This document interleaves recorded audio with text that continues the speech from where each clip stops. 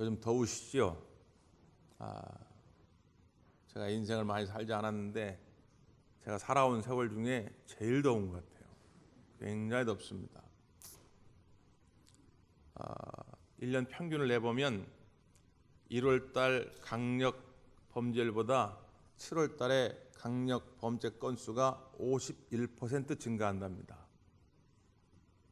그러니까 겨울보다 여름이 강력 범죄가 많이 일어나게 되는데 몇 가지 요인 가운데 하나는 뭐냐면 우리의 불쾌지수죠. 불쾌지수. 건들면 그냥 욱하는 이 욱범죄가 많이 일어난다는 거죠. 여러분 항상 주님의 마음으로 기뻐하고 또 사랑의 마음으로 다른 이웃들을 바라볼 수 있기를 바랍니다. 좀 넉넉함이 있어야죠. 그래서 옛날부터 그런 얘기가 있어요. 이게 더울 때는 좀 썰렁한 유머가 필요하다. 썰렁한 유머. 그래서 한동안 썰렁 개그가 유행한 적이 있어요. 이런 건데요. 감이 있어요. 감이 친구들하고 잘 어울리지 못하는데 왜냐하면 못생겼어요. 감이 동글동글 해야 되는데 감이 찌그러졌어. 그래서 친구들이 뭐라고 놀리냐면 야 감자야 놀립니다. 감한테 감자라고 그러니까 얘가 스트레스를 받는 거예요. 그래서 화병이 생겼네. 그 병원에 입원을 한 겁니다. 그러니까 친구들이 병문안을 갔어요. 근데 의사가 이 친구들한테 얘기합니다. 다시는 감자라고 놀리면 안 된다고. 지금 화병이 나가지고 한 번만 더 감자라 그러면 이 감이 홍시가 되어 터져 죽을 거라고. 그래서 친구들이 가가지고 감아 미안해. 우리가 놀리지 않을게. 감아 용서해줘. 감아 이제 우리랑 사이좋게 잘 지내자. 막 얘기를 합니다.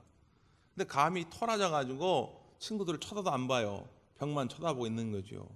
그러니까 병문안 온 친구 중에 하나가 뭐라 하면 감 자?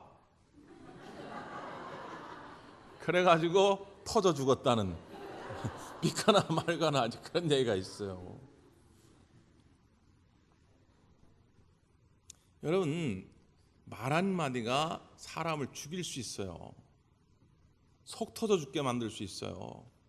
말 한마디가 사람을 욱하게 만들어가지고 평소에 그렇지 않은 사람인데 흉악범죄를 저지르게 할 수도 있어요.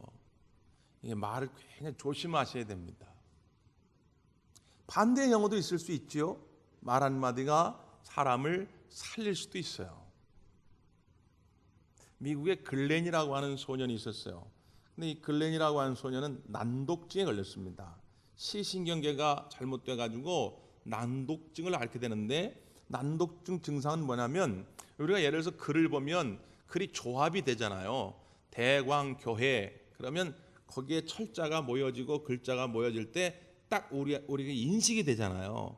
근데 난독증을 앓게 되면 이게 인식이 안 됩니다. 그냥 무슨 그림처럼 형태처럼 보이는 거예요. 그러니까 대광교회 네 글자를 놓고 친구들한테는 잘 순서를 배워라 보라 그러면 이게 똑바로 다 놓지만 이 난독증에 걸렸던 글렌이라는 친구는 이 배열을 못하는 거예요. 어떨 때 글자를 거꾸로 놓기도 하고. 그러니까 1학년 때 담임선생님이 그의 학적 기록부에다가 적은 것입니다. 이 아이는 학습 지진아, 학습을 따라갈 수 없는 전응하다. 이게 적은 거예요. 그가 2학년에 올라갈 때 2학년 담임선생님이 그 보고서를 보고 편견을 갖게 되지요. 그러니까 이 아이를 보면서 그런 어떤 긍정적인 마음을 가질 수가 없는 것입니다. 더군다나 2학년 되니까 더 어려운 산수 문제가 나오는데 산수 문제는 더 이상 풀 수가 없는 거지요. 그러니까 이 아이는 계속 끝으로 숨어 다닙니다. 선생님이 시킬까 봐. 두려움이 생기니까 말도 자꾸 더듬게 돼요. 선생님이 글렌 한번 풀어봐 그러면 네, 저 못하겠습니다. 말도 더듬게 됩니다. 그러니까 2학년 담임선생님도 이 아이는 학습 부적응자다. 도저히 학습을 진행할 수 없다라고 기록합니다. 이 보고서 그대로 올라가니까 3학년 담임선생님도 편견을 가지고 이 아이를 대하게 되지요. 그러니까 이 아이는 학교만 오면 두려운 거지요. 그래서 어떻게 했는지 꾀병을 부려가지고 조퇴를 하거나 결석을 하려고 그런 것만 노력을 합니다. 그러다가 5학년 되던 때인데 하디라는 선생님을 만납니다. 근데 이 하디라는 선생님은 전혀 달랐어요. 이 아이를 꽉 껴안아주면서 다른 친구들에게 여러분 우리 글렌은 학습 전응아가 아니라 여러분과 좀 다른 것뿐입니다. 그러면서 이 아이에게 너는 기억력이 좋다고 하니까 앞으로는 선생님이 오늘 책 읽을 거 있으면 전날 얘기해 주겠다. 그러면 전날 딱 가져가가지고 너는 모든 것을 사진처럼 그렇게 그림처럼 딱 기억한다니까 전날 읽을 부분을 아예 통째로 외워와라. 그냥 통째로.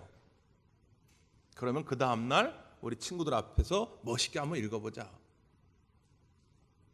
또 너는 한번 딱 그 기억을 한 것을 이해력이 굉장히 좋다고 하니까 딱 물으면 당황해가지고 말도 듣고 그러는데 미리 선생님이 물어볼 거를 전날 다 알려주겠다.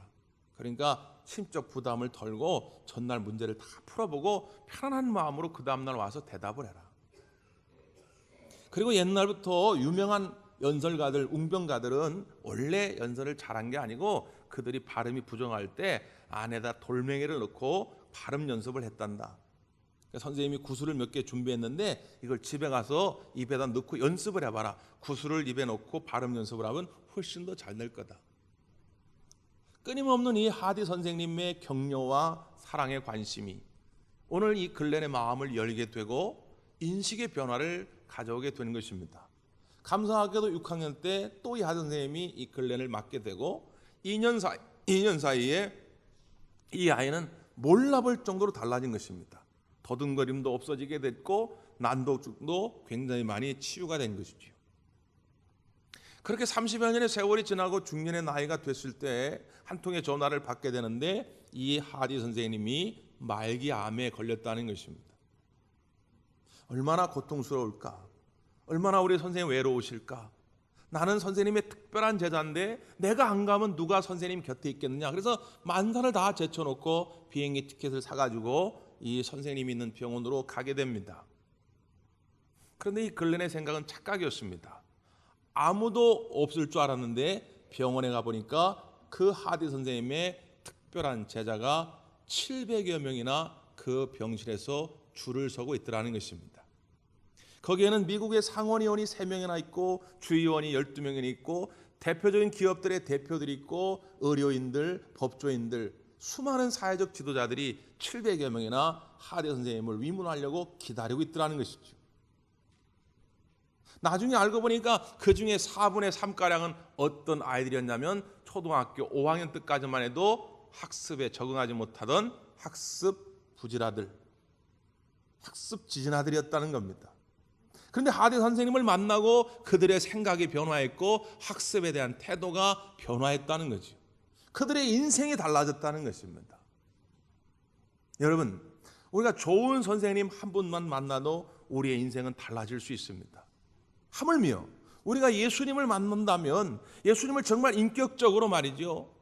그냥 피상적으로 말고 그냥 무슨 소설 속에 나오는 주인공 그 정도가 아니라 나의 삶의 전부를 드는 전인격적으로 예수님을 만날 수 있다면 우리의 생각이 달라지고 우리의 가정이 달라지고 우리의 앞으로의 미래의 삶이 달라질 줄 믿습니다.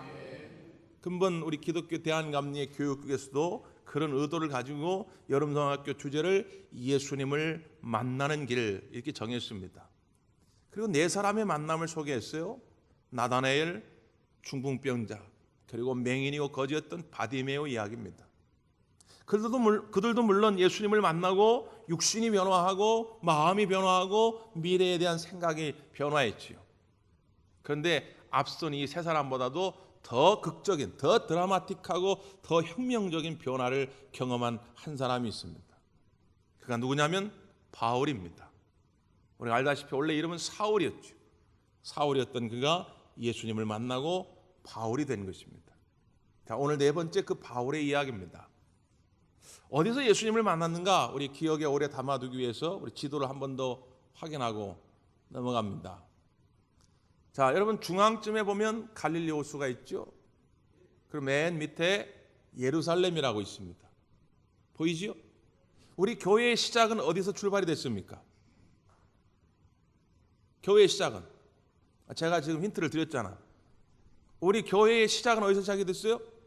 예루살렘에서 시작했어요. 예루살렘. 예루살렘이 우리 교회의 출발입니다. 언제요? 오순절날. 누구의 집에서요? 마가의 다락방, 마가의 집에서 어떤 사건이 있었죠? 성령 강림의 사건. 그게 우리 기독교의 시작점이에요. 시작점. 그러니까 예루살렘에 우리 믿음의 선배들이, 그리스도인들이 막 모였어요. 그런데 막 부흥에 가는데 순교하는 사건이 벌어졌죠. 누가요? 스데반 집사님이. 스데반 집사님이 순교한 이후에 예루살렘 교회에 극심한 박해가 임하게 된 것입니다. 그 박해 때문에 그 밑에 있던 예루살렘에 있던 우리 그리스도인들이 동서남북으로 막 흩어지기를 시작한 거죠.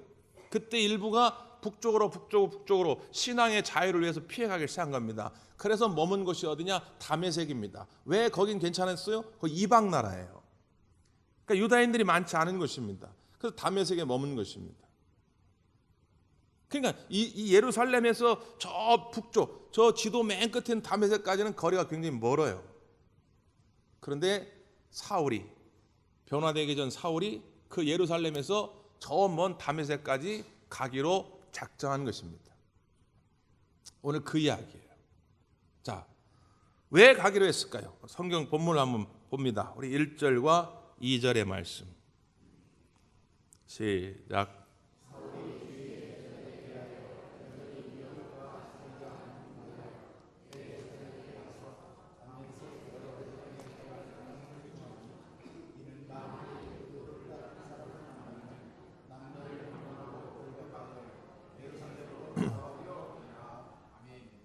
예, 왜 다메섹으로 사울이 가려고 했어요?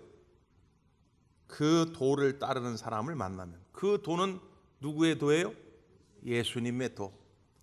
예루살렘에 있다가 신앙의 자유를 찾아 다메섹으로 피신을 했는데 그 멀리 간 사람들까지도 가서 찾아다가 잡아가지고 와가지고는 감옥에 가두려고 오늘 사울이 나선 겁니다.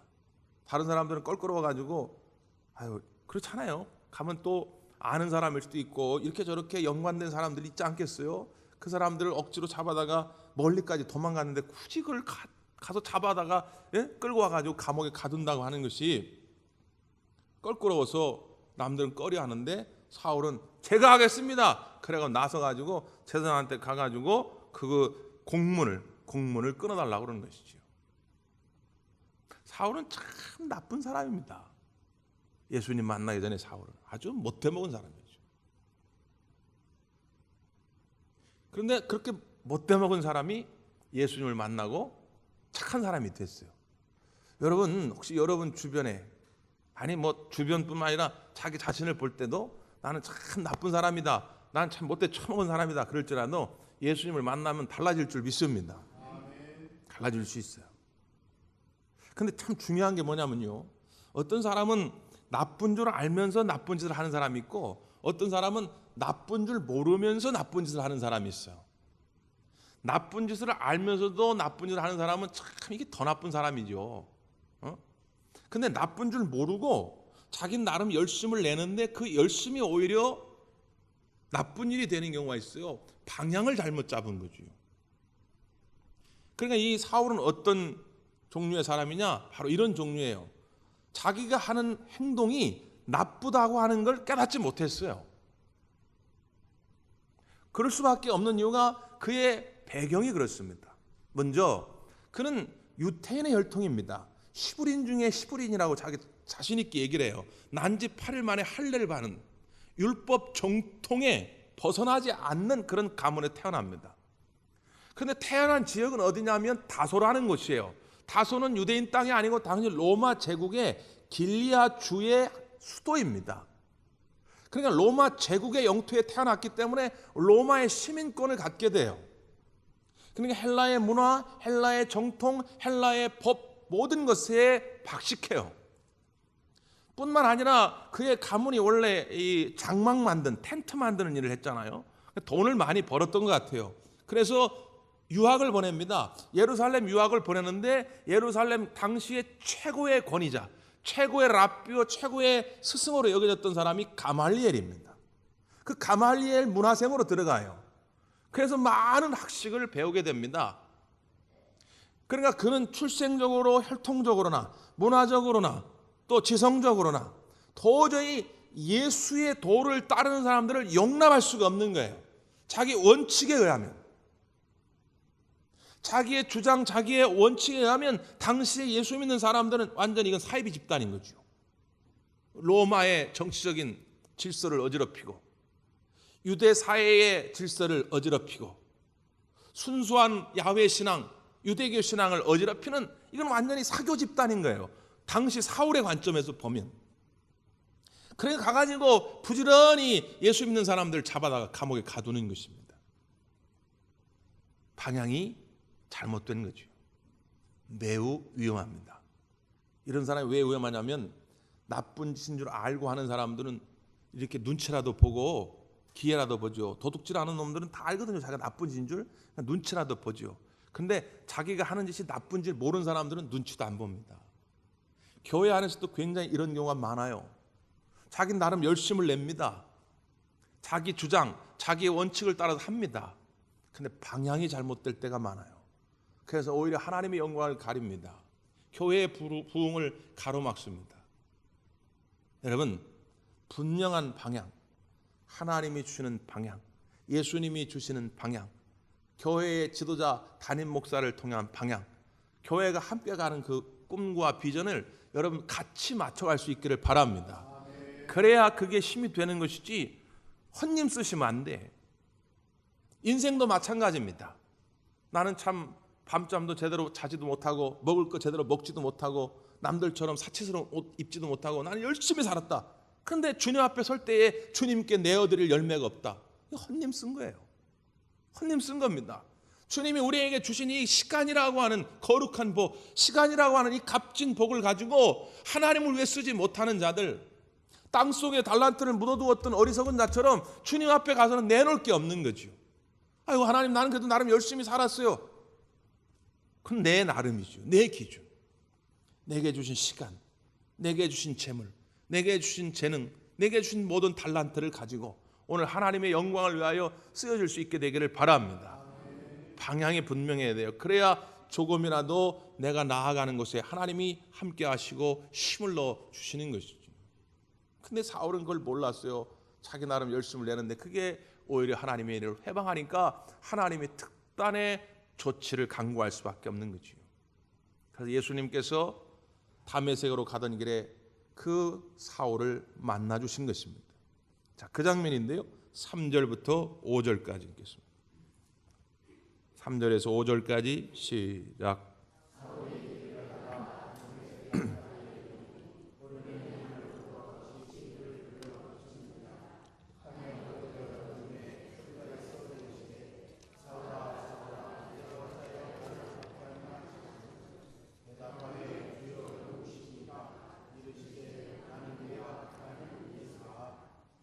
아멘. 두 가지의 놀라운 체험을 하게 되죠. 하나는 강렬한 빛이 그 사울을 다 비춰준 것입니다.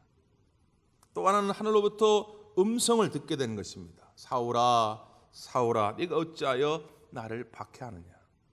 사도행전은 두 가지의 놀라운 변화 사건이 나타납니다. 하나는 공동체적인 변화 사건이고 하나는 개인적인 변화 사건이죠. 공동체적인 변화 사건은 2장에 등장하는 마가의 다락방에 120명의 성도들이 모일 때 임하였던 변화의 사건입니다.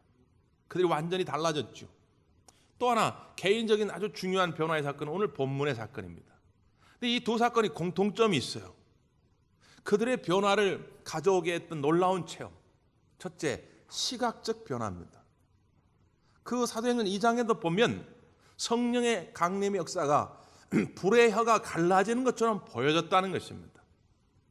여름날 말이죠. 여름날 우리가 피서 같은 데 가면, 요즘 젊은 애들은 안 그렇지만 여러분 옛날 우리 젊었을 때는 여름에 피서 가면 다 모닥불 펴놓고 동그랗게 앉아가지고 이 통기타 치면서 조개 껍질 묶어 막. 지금 생각하면 엄청 촌스러워. 근데 그때 좋았다 그게 막. 그 손수건 돌리게 하고. 요즘 애들은 그런 거 안 해요. 그때 막 모닥불 불꽃이 막 타오르면 그게 마치 이게 혀의 모양처럼 쫙 이렇게 다 올라가지 하늘로. 그게 보여졌다는 거죠. 또 하나 급하고 강한 바람 같은 소리가 들렸다는 겁니다. 슉슉 이런 소리가 들려졌겠죠. 귀가 열려진 것입니다. 눈과 귀가 변하는 거예요.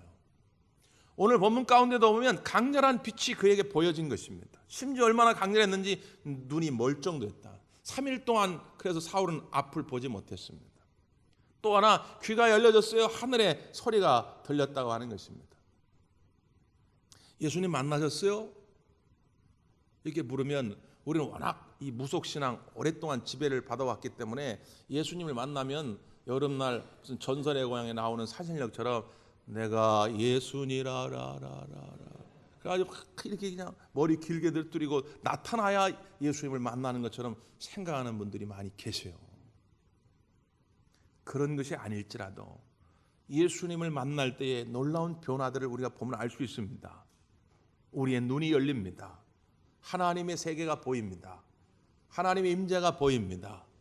오늘 그 눈을 하나님께 여셔서 내 생각을 변화시킵니다. 어떤 분들은 내 마음속에 강력한 회개의 역사들을 정말 내가 죄인이구나 하는 걸 깨닫게 합니다. 그래서 막 눈물이 쏟아집니다. 옛날에는 내 눈으로 나를 보면 참 의인이었는데 예수님을 만난 사람은 나를 보면 죄인임을 깨닫습니다. 그래서 찬송을 부르면 막 눈물이 납니다. 기도할 때마다 눈물이 납니다. 죄인된 나를 구해 주신 그 예수님의 사랑을 생각할 때 한없는 눈물이 나죠. 예수님을 만난 분입니다. 어떤 분은 귀가 열립니다. 예수님을 만나게 되면요 설교 말씀을 들어도 얼마나 지겨운지 몰라요. 우리 교회도 그런 분들 많이 계신데 아내 잔소리 때문에 억지로 순교하는 마음으로 교회 분들 많이 계시다고. 지금은 다 집사님 되고 권사님 되고 장로님 됐지만 옛날에 그런 분들 많이 계시단 말이죠. 그러니까 마누라 잔소리 때문에 와서 딱 앉아있으면 목사가 생긴 건 멀쩡하게 생겨가지고 뻥만 치거든요. 예수님 무리를 뭐 걸어갔다니 뭐 도시락 하나 가지고 5,000명을 먹였다느니 뭐 아니 무슨 저런 목사님 배운 만큼 배운 것 같은데 저런 뻥이나 치고 말이죠. 이렇게 들려진다고요. 그런데 예수님을 만나게 되면 귀가 열려집니다. 그 하나님의 말씀이 진실로 받아들일 뿐만 아니라 저 얘기가 다른 사람 얘기가 아니라 내게 주시는 음성으로 들려진단 말이에요. 예수님을 만난 거예요. 예수님 만난 겁니다. 그런 예수님과의 만남의 축복이 여러분 가운데 있기를 바랍니다. 놀라운 것은 예수님을 만났거든요. 근데 사울이 얼마나 놀랐겠어요. 아니 누구십니까? 누구십니까? 그랬더니 예수님이 한 번 더 대답하기를 뭐라고요? 네가 박해하는 예수니라. 사울은 예수님을 만난 적이 없어요. 예수님을 괴롭힌 적이 없어요. 예수님을 박해한 적이 없어요. 사울이 괴롭힌 건 누구냐? 예수님의 도를 따르던 자들이에요. 그리스도인들이에요. 교회예요. 예수님을 만난 적도 없고 괴롭힌 적도 없는데 예수님 뭐라고 말하냐? 네가 박해하는 예수니라. 예수님은 곧 어떻게 설명하는 거냐면 그리스도인이 곧 나요, 교회가 곧 나다. 네가 교회를 괴롭히고 네가 그리스도인을 괴롭히면 곧 나를 괴롭히는 것이다. 예수님은 동일시하고 있습니다. 여기에 우리의 담대함의 이유가 있습니다. 여러분 믿음으로 살려고 하다가 하나님의 의를 지키려고 하다가 때로는 힘든 일을 만나지요. 두려워하지 마십시오. 예수님이 여러분과 함께 하실 줄 믿습니다. 지난번 인천 산육작전 보니까 장학수대회가 말이죠. 우리 월미도에 선봉대로 들어와요. 그 월미 선봉대 들어와가지고 막 무찌른데 혼자서 수십 명 인민군을 죽인다고. 그게 말이 됩니까? 주인공 혼자 와. 근데 왜 혼자서 그렇게 수십 명을 죽인가 봤더니 이 주인공 장학수대회는 말이죠. 장갑차를 타고 있어요. 장갑차. 그러니까 나머지 인민군들이 서가지고 총을 쏴도 죽질 않아. 혼자 장갑차 뒤에 숨어가지고 계속 쏜단 말이죠. 저는 예수님이 우리의 인생에 그런 장갑차와 같은 탱커와 같은 존재라고 저는 믿습니다. 내가 악한 권세와 싸우려고 할 때 내 힘은 연약하죠. 내 생각, 내가 가지고 있는 능력으로 안 돼요. 그런데 우리 예수님이 나를 지켜주실 것입니다. 나를 동일시 여기시니까. 네가 아프면 나도 아프다. 네가 괴로우면 나도 괴롭다. 그렇기 때문에 예수님이 우리와 함께 해주시기 때문에 우리가 담대함으로 영적 전쟁에서 승리할 줄 믿습니다. 사울이 예수님을 이렇게 만나고 달라져서 전도자가 되죠. 사도가 됩니다. 사도가 된 이후에 바울이 되면서 가장 먼저 달라진 것이 있어요. 그것이 뭐냐면 율법주의적 사고에서 복음주의적 사고로 바뀝니다. 율법주의적 사고관에 사로잡혀 있을 때는 비난하고 정죄하고 따지고 이런 것들을 좋아했어요. 왜? 나만 옳으니까. 나만 항상 자기 의에 차 있는 거죠. 나는 괜찮은데, 난 좋은데 넌 왜 그러냐? 그러니까 자기 마음에 안 든 사람들 잡아다 가두는 것입니다. 그런데 예수님을 만나고 바울이 되고 사도가 된다면 그 복음, 소위 말하는 은혜로 사는 거죠. 고린도전서 15장 9절 10절 말씀에 보면 나는 사도 중에 가장 작은 자라. 나는 하나님의 교회를 박해하였으므로 사도라 칭함받기를 감당하지 못할 자니라. 그러나 내가 나된 것은 하나님의 은혜로 된 것이니 내게 주신 그의 은혜가 헛되지 아니하여 내가 모든 사도보다 더 많이 수고하였으나 내가 한 것이 아니요 오직 나와 함께 하신 하나님의 은혜로라. 하나님의 은혜로라.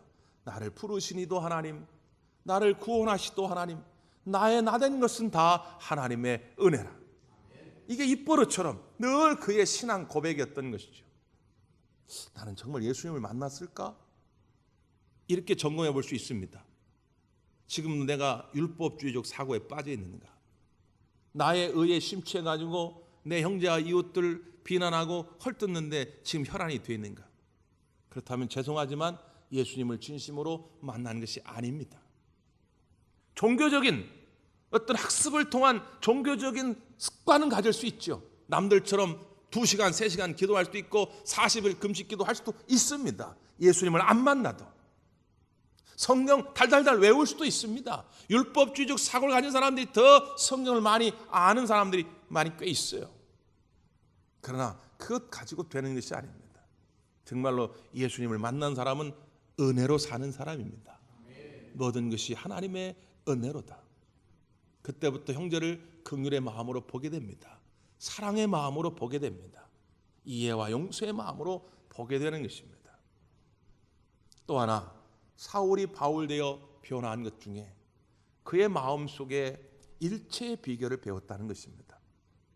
지난 11일 날 참 기쁜 소식이 우리에게 들렸죠. 지금 우리나라가 금메달 6개 리오 올림픽에서 얻고 있는데 그 중에 4개가 양궁 종목에서 나왔습니다. 28년 만에 남녀 개인전 단체전 다 금메달을 확 쓸어버렸죠. 그 중에 이관왕엔 장혜진 선수가 있습니다. 믿음의 궁사입니다. 아주 독실한 크리스찬이에요.